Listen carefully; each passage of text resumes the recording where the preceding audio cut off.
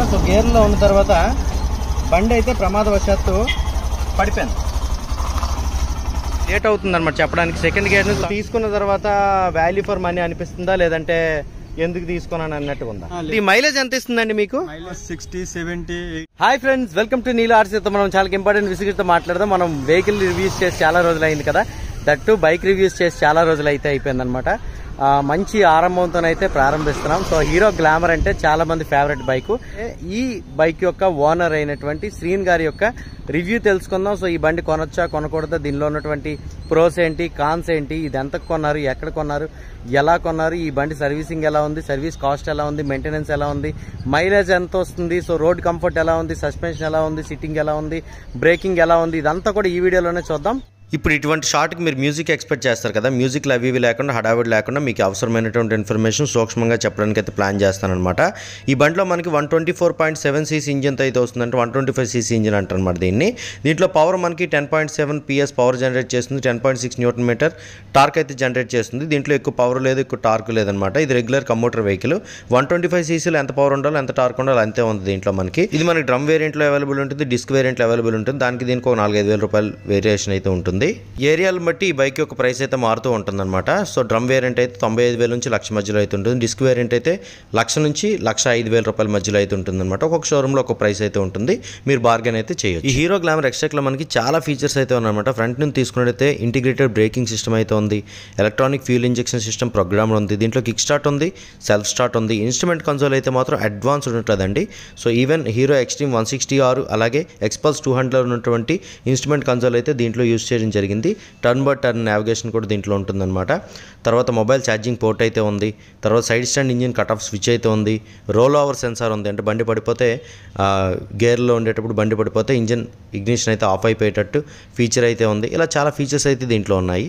Programmed fuel injection అంటే ఏంటి కదండి మీ డౌట్. సో ఎటువంటి పరిస్థితుల్లో మన బండి నడిపిన, అప్ హిల్స్ నడిపిన, కోల్డ్ కండిషన్లో నడిపిన, హాట్ కండిషన్లో నడిపిన, ఓవర్ ఆర్పిఎమ్స్లో నడిపిన, ట్రాఫిక్లో నడిపిన, ఎలాంటి కండిషన్లో నడిపినా సరే దానికి తగ్గట్టు అయితే ఫ్యూయల్ ఇంజెక్ట్ అయ్యేటటువంటి సిస్టమ్ అంతా కూడా ముందుగానే ప్రోగ్రామ్ చేయబడి ఉంటుంది అనమాట ఈసీయూలో.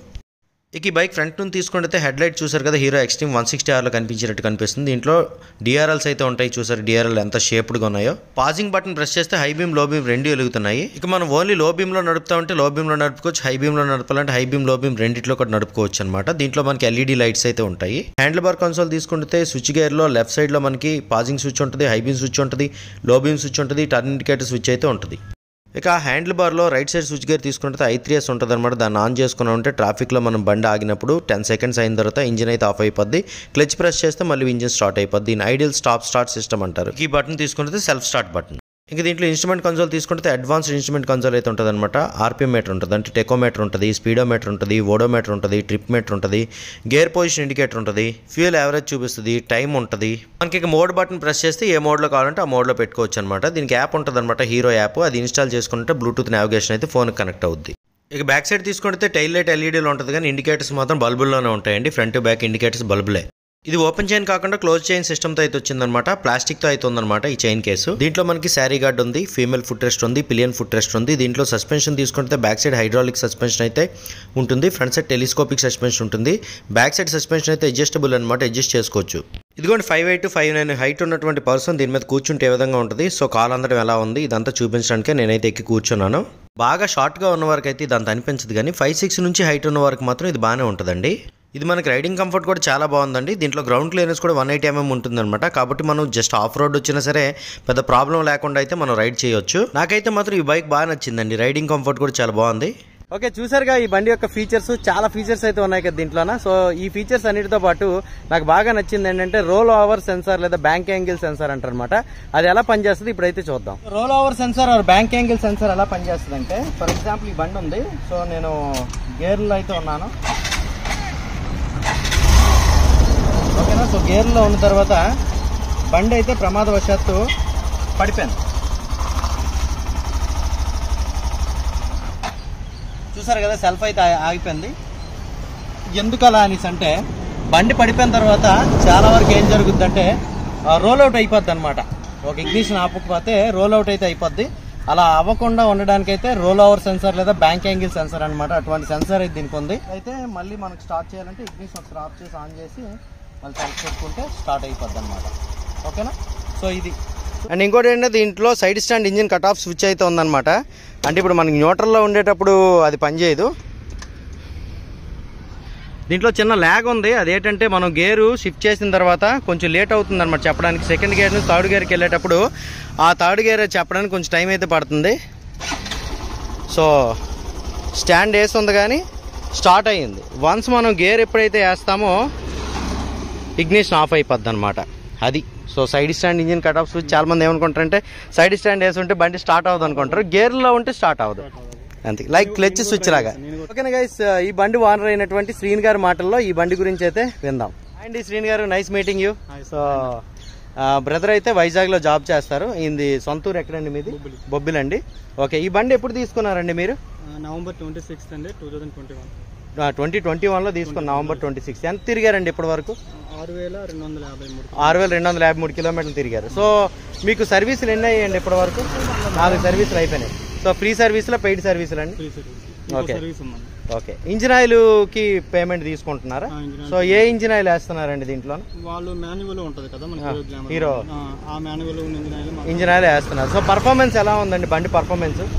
అంటే మీరు తీసుకున్న తర్వాత వాల్యూ ఫర్ మనీ అనిపిస్తుందా, లేదంటే ఎందుకు తీసుకున్నాను అన్నట్టుగా ఉందా? బాగుంది కదా. సో బాగుంటుందనే నేను మీకు రివ్యూ చేయడానికి అయితే వచ్చాను అనమాట. ఫస్టే బాగాలేదని బండి అయితే నేను చెయ్యను కదా. సో బండి అయితే మాత్రం నాకు చాలా బాగా నచ్చింది ఫ్రెండ్స్. చాలా బందోబస్తుగా ఉంది, హుందాగా ఉంది. అంటే ఒకప్పుడు హీరో గ్లామర్ మోడల్స్ అయితే మీ అందరికీ నచ్చేది, కాకపోతే ఇది కొంచెం అప్డేట్ అయింది. మరి దీన్ని మనం ఎంకరేజ్ చేయాలి. బ్రదర్, ఇది మైలేజ్ ఎంత ఇస్తుందండి మీకు? మైలేజ్ 40 to 50 రేంజ్ లో వెళ్తే ఒక 60 ప్లస్ వస్తుంది అన్న. 60 ప్లస్ వస్తుంది. ఓకే.